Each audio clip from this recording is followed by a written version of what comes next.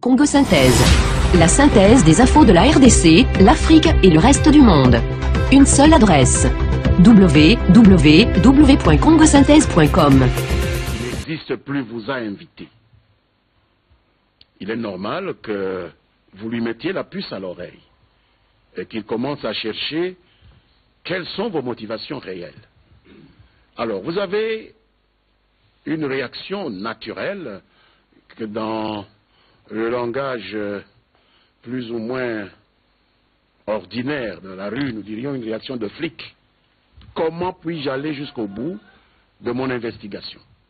Comment puis-je découvrir les motivations de cette personne qui ne semble pas bien disposée envers la sécurité de mon pays? Il est parfois des techniques où on vous attire dans la nasse, on vous attire dans la souricière, à malin, malin et demi. Vous croyez venir faire du tort à un pays, et le pays vous met dans une position où il va vous dénoncer, parce que s'il ne le fait pas, vous risquez de tout nier. Mais là, on les a fait venir, et ils sont entrés. Ce qu'on a trouvé sur eux, je n'ai pas tout ça sur moi ici. Il y a un livre sur le mouvement djihadiste, il y a du chanvre à fumer, on a pris dans leur valise, il y a beaucoup de choses, des uniformes militaires et tout ça. Et donc, les services pouvaient très bien, compte tenu du nombre tout de même assez réduit, se poser la question de savoir qu'est-ce qu'ils cherchent à faire avec ces mensonges et les attirer vers le pays pour qu'on puisse avoir le temps des investigations qui ont été menées à bonne fin parce qu'ils étaient dans le pays. Je parie que nous n'aurions pas pu mener ces investigations si ces messieurs étaient restés à Dakar ou à Ouagadougou. Donc c'est une façon aussi de dire aux autres apprentis sorciers qu'ils fassent attention, qu'ils regardent deux fois avant d'écouter les sirènes qui leur disent qu'au Congo vous pouvez venir faire ce que vous voulez et sortir. Ce n'est pas le cas. Donc je pense qu'on les a attirés pour justement démontrer ce qu'ils cherchaient à faire, et la démonstration a été faite. Nous voulions aussi découvrir qui finançait cette opération, parce qu'on voyait brasser beaucoup d'argent. C'est des gens qui ont, réservé des chambres à l'hôtel Vénus, qu'ils ont payé sans passer la moindre nuit dans cet hôtel, qui est un hôtel de luxe, qui coûte très cher. C'est des gens qui ont passé leur première nuit, de vendredi à samedi, dans une villa de Mbinza, qu'ils ont louée à plus de $5 000 le mois, et qu'ils ont abandonné 24 heures après, pour aller vers une autre villa, près de la place commerciale de Parc Ambise. $3 700, location mensuelle, mais on n'a occupé qu'une seule journée. Donc des comportements comme ça nous permettaient d'avoir suffisamment l'intérêt de rechercher d'où vient tout ça. Et on a pu découvrir. On a pu découvrir qui a ouvert le compte, on a pu découvrir qui a fait les versements, etc. Et ça nous permet de consolider notre sécurité. Alors, le travail du parquet par rapport aux services de sécurité, est-ce qu'il ne représente pas au parquet? Non, je pense qu'il y a une explication qu'on doit vous donner. Le parquet est le maître de l'action publique. Procureur général de la République, ses procureurs généraux, les procureurs de la République, etc., les substituts et tout. Mais le parquet a des auxiliaires. Il y a des auxiliaires de la justice. Ce sont les officiers de la police judiciaire. Ces gens travaillent pour le parquet, ils ne travaillent pas pour eux-mêmes. Lorsqu'un policier constate une infraction, ce n'est pas pour qu'il aille lui-même statuer et décider de la peine à vous infliger, non. Il fait son affaire et il envoie ça chez le procureur qui va prendre des décisions. Or, nos services de renseignement, qui relèvent du ministère de l'Intérieur, tout comme la police, sont composés d'officiers de la police judiciaire. Je ne sais pas pourquoi cette espèce de hargne à considérer qu'un procès verbal établi par un OPJ de l'ANER serait différent ou aurait un contenu moins important que celui d'un OPJ en uniforme. Non, ils sont tous formés comme officiers de police judiciaire. Ils sont tous auxiliaires du parquet. Et dites-vous bien qu'ils ne peuvent pas prolonger la détention de quelqu'un sans avoir reçu l'autorisation du parquet. Mais ces choses-là ne se font pas sur la place publique, d'autant plus que l'instruction préjuridictionnelle est secrète. On ne va pas convoquer la presse pour dire, voilà, tel OPJ demande qu'on prolonge la détention d'un tel parce qu'il n'a pas encore fini ses devoirs et le procureur a accepté. Ça se passe entre eux. Donc c'est des choses qui se passent au niveau de la justice et de ses services auxiliaires. Parce que la NER a deux grandes responsabilités, la recherche des informations, mais en même temps officier de police judiciaire à compétence générale. Il peut constater des infractions et mettre les auteurs à la disposition du parquet. Donc ce sont des services qui en réalité se juxtaposent, se complètent, et il n'y a pas lieu de considérer qu'il y a une différence entre l'un et l'autre. Je pense que c'est ce que je devais vous dire. Kamanda RFI, Monsieur le ministre, invités, des journalistes se sont rendus pour couvrir une conférence de presse qui clôturait des ateliers auxquels eux-mêmes n'ont pas participé. On a saisi du matériel. Et pour la presse internationale, je crois, le matériel, c'est du matériel qui peut valoir plus de 10 000 $. Et maintenant qu'on a libéré les journalistes qui ont été arrêtés, et que certainement on n'a pas vu le rôle de la presse dans ce qui s'est passé, est-ce qu'on peut s'attendre à ce que le matériel soit remis à leurs propriétaires? Bien, je voudrais d'abord dire que c'est vrai, il y a des journalistes qui ont été invités, qui pensaient aller à une conférence de presse. Ça, c'est la lecture des jeunes gens venus du Sénégal et du Burkina et de leurs amis à Kinshasa. Pour nos services de police, non.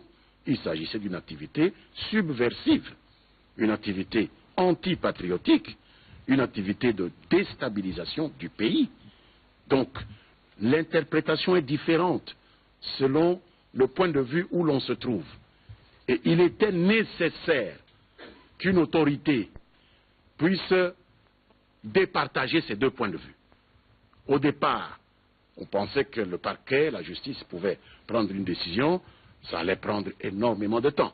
Parce qu'il fallait qu'il entende aussi lui-même tout le monde. Vous savez comment le temps passe avec de telles procédures. On a la chance maintenant que la plus haute autorité du pays soit intervenue suite à la requête de son homologue. C'est comme ça que nous, Africains, réglons nos problèmes. Et donc, très rapidement, la chose a pu être décoincée, ne fût-ce que pour les visiteurs indésirables qui étaient venus du Sénégal et du Burkina Faso. Mais les enquêtes continuent, puisque même nos compatriotes congolais attendent, en ce qui concerne leur libération ou non, une décision des autorités judiciaires. Et les enquêtes continuent. Et il est considéré que aussi bien les journalistes, le diplomate, que tous ceux qui étaient là, doivent coopérer avec la justice pour qu'on comprenne exactement les tenants et les aboutissants de ce qui s'est passé exactement. Qu'est-ce que ces gens venaient chercher à Kinshasa? Est-ce que c'est ce qu'ils disent ou c'est ce que la police croit? Alors, dans le cadre de ces enquêtes-là, le matériel qui a été pris aux journalistes et qui va être rendu aux journalistes fait partie de la recherche. S'il y a des photos, on va essayer d'interroger ces photos. S'il y a des enregistrements, on interrogera ces enregistrements, puisque c'est quand même un fait délictueux. C'est un fait délictueux, c'est une atteinte à la sûreté nationale. Nous ne minimisons pas cela. Nous qui conduisons aujourd'hui les affaires de l'État, nous ne minimisons pas cela. C'est pourquoi nous allons demander la sollicitude de tous nos amis journalistes qui se sont trouvés dans cette situation très déplaisante, j'en conviens, de prendre patience. Nous allons demander que les choses s'accélèrent pour que très rapidement tout le matériel soit rendu aux journalistes. Nous savons que le matériel est retenu. Nous en avons parlé avec les responsables. Mais en même temps qu'on a décidé que les enquêtes se poursuivent, on a dit qu'il faut rapidement faire dire à ce matériel ce qu'on espère lui faire dire, et puis le remettre à ses propriétaires. Donc un peu de patience et les choses rentreront dans l'ordre. Oui, merci. C'est Marthe Bosso-Andolé pour l'agence France Presse. Monsieur le ministre, j'aimerais savoir un peu plus sur les preuves concrètes de préparation de déstabilisation du pays. Tout à l'heure, vous venez de parler de la découverte du chanvre et des uniformes militaires entre les mains ces jeunes. Est-ce qu'on peut en savoir un peu plus? Ces uniformes militaires, c'est de quel pays et quelle tonne ou quelle quantité de chanvre? On aimerait avoir un peu plus de précision. Merci. Nous avons trouvé des uniformes militaires dans leurs valises. Ils ont dit que c'est des choses qui s'achètent au marché libre. Je ne me vois pas, moi, allant même à Brazzaville ici et mettre dans ma valise des uniformes militaires et aller dire que c'est au marché libre. Même notre chef d'état-major général Etumba, dont le chef d'état-major de l'armée de Congo-Brazzaville est l'ami, quand il traverse, il veille à ce qu'aucun uniforme n'entre dans ses habits. Il met son costume, cravate et tout, et c'est comme ça quand vous allez à l'étranger. Donc, trouver des uniformes militaires de quelque pays que ce soit dans la valise de quelqu'un qui n'est pas militaire et qui vient dans une mission comme celle-là, une mission de subversion, ça peut quand même éveiller les soupçons. Je vous ai donné le fait, je ne l'ai pas interprété puisque ce n'est pas mon job. Il appartient au procureur qui a été chargé de l'enquête de nous dire à quoi devaient servir ces uniformes.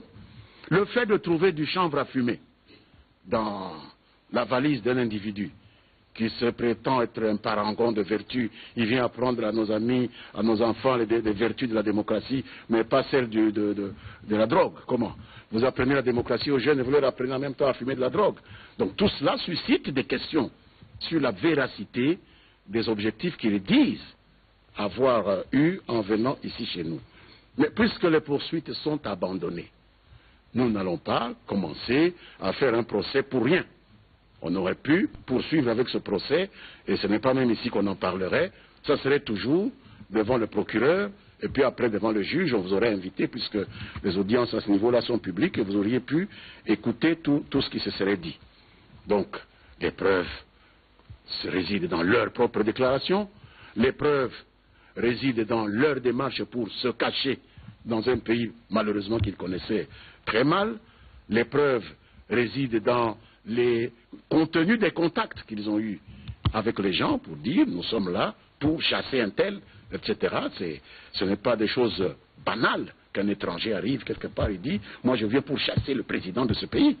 Est-ce que c'est banal ça? Aujourd'hui même au Sénégal il y a un avocat de Karim Wade qui est en prison parce qu'il a dit des mots plus ou moins aigres-doux contre le président. Il n'y avait pas de chanvre dans sa valise, mais il est en prison. Outrage au chef de l'État. N'inventons pas la roue.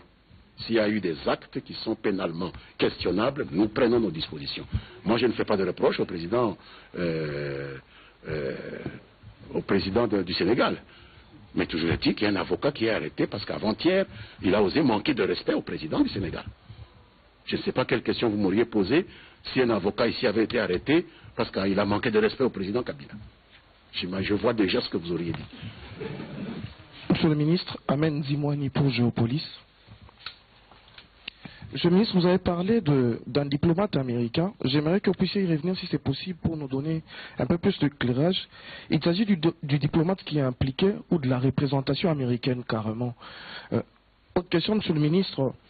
C'est vrai, on a vu de journalistes interpellés ou arrêtés pendant ces événements, mais très vite on a vu les étrangers être relaxés et un de nos confrères congolais, Eric Izami d'Antena, lui il a été retenu pendant plus de temps que les autres. Si vous pouvez nous éclairer là-dessus, merci.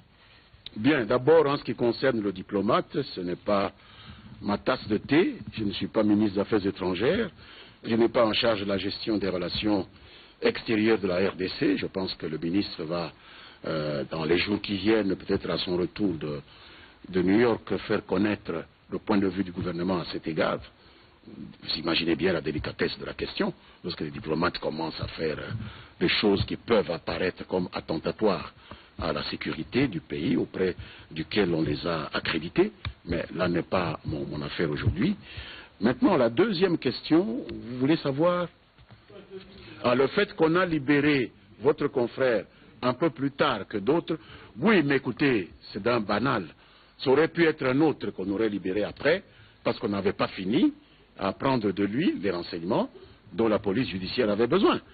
Donc, la police, lorsqu'elle vous rafle, vous arrivez dans un commissariat, Lorsqu'on termine avec le premier, il part. Je ne vois pas pourquoi le deuxième va se fâcher parce qu'on a interrogé le premier avant lui et que lui est sorti après. Non. Vous n'allez quand même pas accuser la police congolaise d'être raciste à rebours. C'est-à-dire ne respecter que les étrangers et pas les Congolais, bien au contraire. Mais il avait certainement plus de choses à dire. On avait quelques témoignages à lui demander. Il y avait eu même des attitudes qu'il avait prises contre la police au moment de l'interpellation, résistance à la force publique, c'est des choses qui existent. Les autres n'ont pas résisté, vous résistez, eh bien, on vous interroge sur la résistance, et ça peut prendre plus de temps. Mais à la fin, il a été libéré, et moi je préfère que nous en tenions là. Il a été remis en liberté, et si son matériel a été retenu, il lui sera rendu. Je pense que c'est ça l'essentiel. Et nous prenons le dernier intervenant. Top Congo. Cyril Milando, Radio Top Congo FM. Monsieur le ministre, moi j'aimerais savoir, puisqu'aux premières heures de l'arrestation, de l'interpellation de ces jeunes hommes, vous avez parlé des actes terroristes. Ils sont des terroristes. L'ambassade des États-Unis, le lundi, a publié un communiqué affirmant avoir financé cette activité, ces séminaires. Vous parlez des activités subversives. Moi, j'aimerais savoir, puisque les poursuites ont été abandonnées contre ces étrangers, les États-Unis ayant reconnu avoir financé cette activité. Pour les gouvernements terroristes, les États-Unis combattent le terrorisme, donc ce sont les États-Unis qui financent le terrorisme en RDC. Est-ce que Barack Obama, puisque les poursuites, les enquêtes continuent, Barack Obama, le président américain qui représente les États-Unis, sera-t-il entendu par la justice congolaise? J'ai reçu une question hier de la radio, la chaîne publique burkinabé de Ouagadougou. Ils m'ont appelé en direct dans leur journal. Question plus ou moins semblable à la vôtre, mais c'était un peu plus caricatural. Monsieur le ministre, le gouvernement congolais dit que l'activité était une activité antipatriotique, que c'était une activité de déstabilisation. Mais l'ambassade des États-Unis reconnaît avoir financé cette activité. N'y a-t-il pas une contradiction? Et la réponse que je lui ai donnée, c'est, je lui ai dit que j'étais d'abord étonné qu'un chroniqueur d'un certain niveau, je ne pense pas qu'on aurait laissé n'importe quel journaliste interroger un ministre étranger à partir de Ouagadougou, qu'un chroniqueur de votre niveau, dans un pays qui se dit révolutionnaire, qui se veut l'exemple en Afrique, de pays qui sont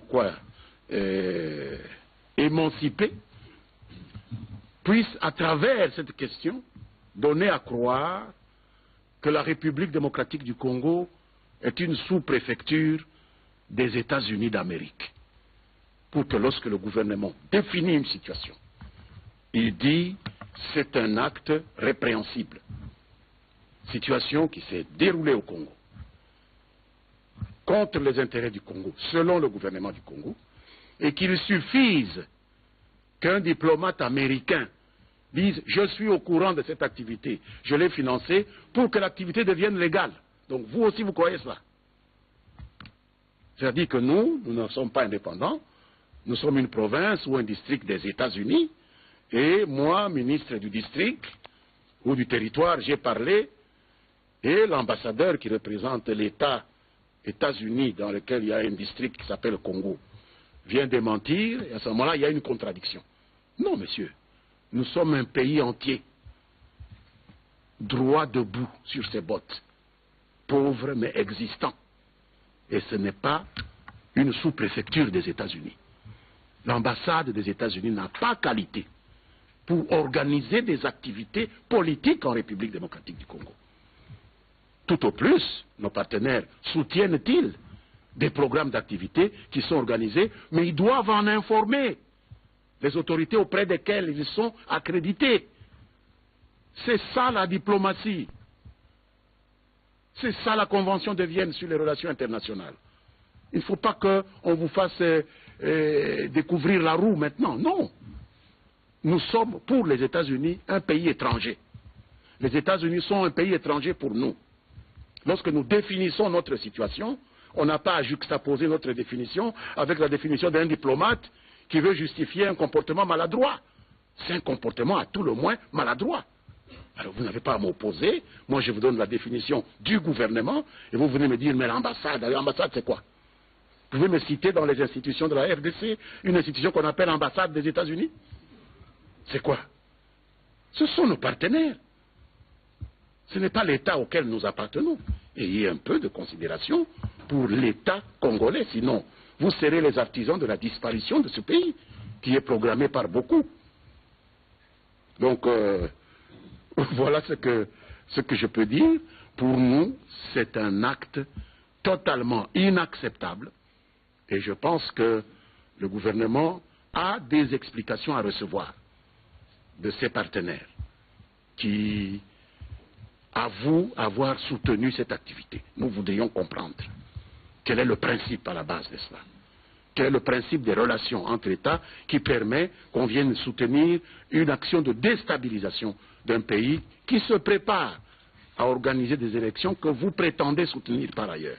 Donc c'est des choses qui doivent se faire, mais ne venez vraiment pas m'opposer une position d'un diplomate qui a été accrédité auprès de notre gouvernement comme si c'est le gouverneur général du Congo et que nous, lorsque nous disons des choses, elles doivent être confirmées par lui. Non! S'il pense cela, il faut qu'il oublie cela. C'est un dysfonctionnement. Voilà ce que je peux dire.